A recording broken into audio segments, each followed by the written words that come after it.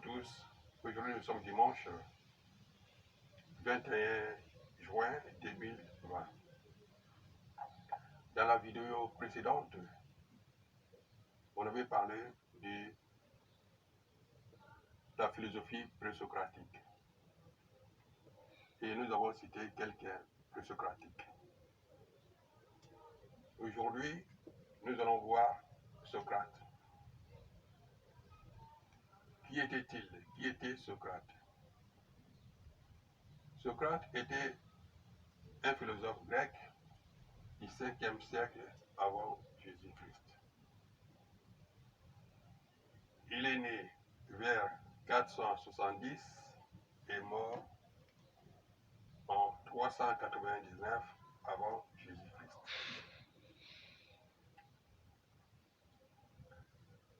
Socrate est connu comme un des créateurs de la philosophie morale. Il n'a laissé aucun écrit, mais sa pensée et sa réputation se sont transmises par des témoignages indirects. Il a eu plusieurs disciples, mais nous retenons les deux, qui sont Platon et Xénophon, qui ont œuvré à maintenir l'image de Socrate, qui est mise en scène dans leurs œuvres respectives. Socrate est mort à l'âge de 70 ans, selon Maxime de Tyr et Démétrios. Déjà renommé de son vivant, Socrate est devenu un des penseurs les plus illustres de l'histoire de la philosophie. Enseignement public. Socrate faisait son enseignement en public. Il marchait pieds nus. Il questionnait dans les rues, dans les gymnases et dans les stades, etc. etc. Il parcourait les rues d'Athènes, vêtu mais sans chaussures. Il marchait pieds nus.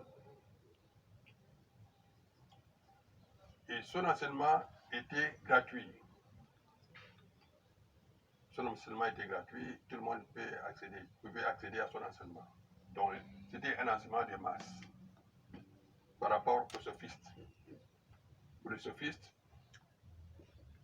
ils faisaient payer leur enseignement. Ce n'était pas gratuit.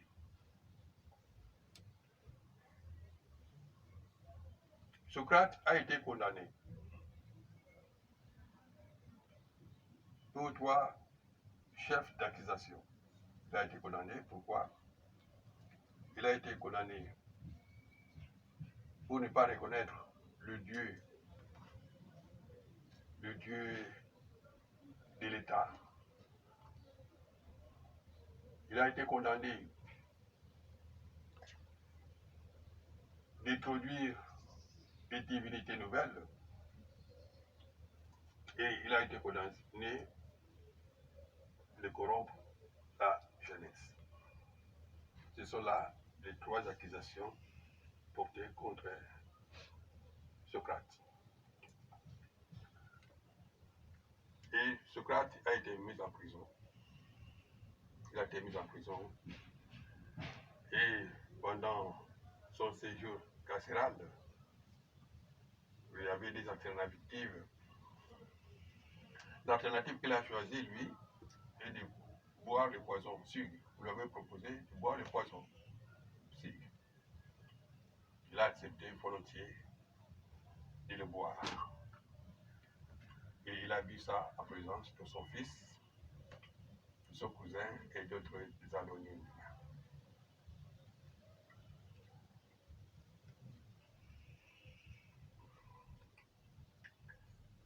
sa philosophie. Il existait des individus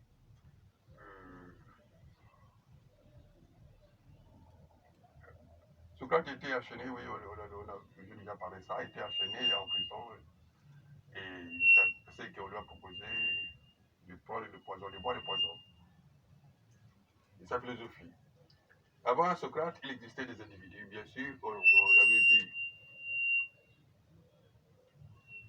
les présocratiques, on avait vu des penseurs comme Thalès, Démilé, Anaximandre, Parménide et Sophiste. Tous ces philosophes-là, ils se disaient sages. Ils se disaient sages. Ils se disaient avoir la sagesse. Donc, excusez-moi ça, ces anciens philosophes-là, ces penseurs, ils se disaient déjà sages, qui détiennent la sagesse, ils détiennent le savoir. Par contre, pour Socrate, lui dit que lui n'est pas sage. Lui n'est pas sage. Il n'est pas sage. L'oracle, et par contre l'oracle de Delphes, l'a proclamé l'homme le plus sage. Et Socrate, lui, ne savait pas qu'il était sage. C'est l'oracle de Delphes qu'il a proclamé le plus sage. On lui a dit, Socrate, c'est toi qui es le plus sage des hommes. Socrate se prenait comme ignorant. Socrate se prenait comme ignorant. Socrate se prenait comme ignorant.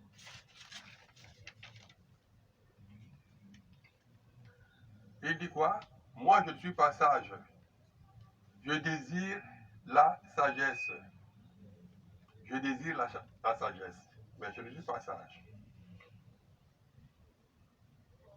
Selon Socrate, seul le Dieu qui détient le véritable savoir. Seul le Dieu qui détient le véritable savoir.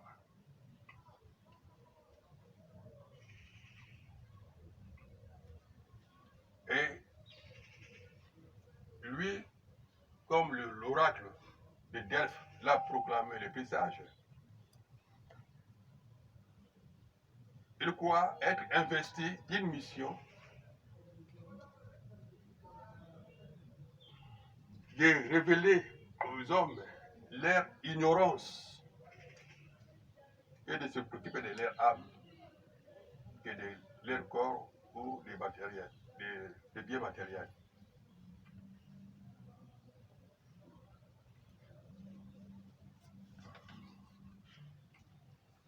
Les méthodes que Socrate a utilisées. Quelles sont les méthodes que Socrate a utilisées vis-à-vis de ses interlocuteurs? Socrate a utilisé des méthodes. L'ironie et la maïétique. Ce sont là les deux méthodes que Socrate a utilisées vis-à-vis de ses interlocuteurs. Socrate, quand il enseignait, il cuissonnait. L'ironie, c'est quoi? L'ironie socratique, c'est pour faire comprendre aux interlocuteurs que ce qu'ils croyaient savoir n'était en fait que croyance. C'est ça l'ironie socratique.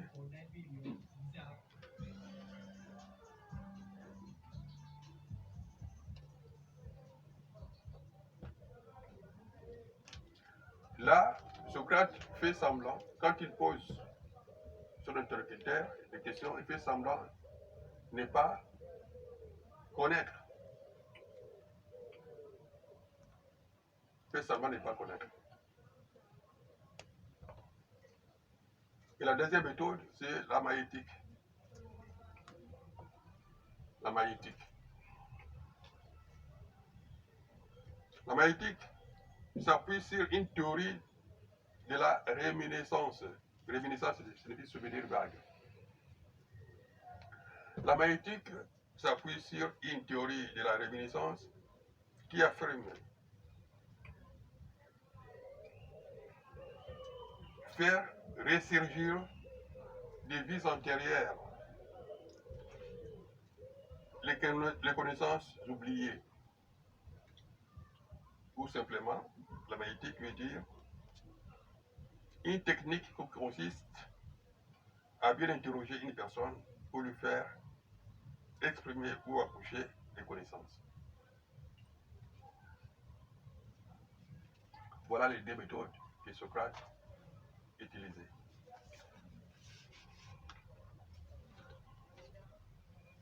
Que peut-on dire de la pensée de Socrate?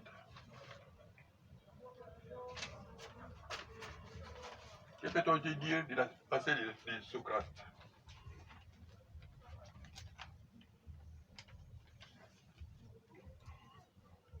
Socrate voulait éduquer les jeunes.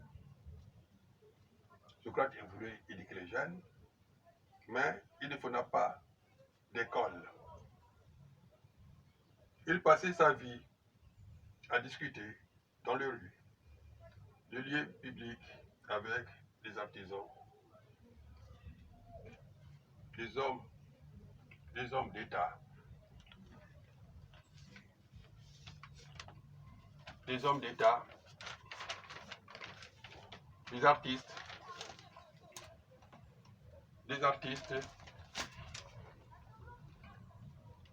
les sophistes, pour discuter du bien et du mal, comme investi d'une mission divine. Connais-toi toi-même. Cette maxime, Socrate l'a lu dans un photo du temple de Delphes. Il a fait de cette maxime sa devise. Connais-toi toi-même. Pour finir, Socrate, comment est-ce qu'il a défini la philosophie? Il a défini la philosophie comme amour de la sagesse, qui est une démarche de réflexion critique et de questionnement sur le monde, la connaissance et l'existence humaine. Voilà, en bref, la philosophie de Socrate.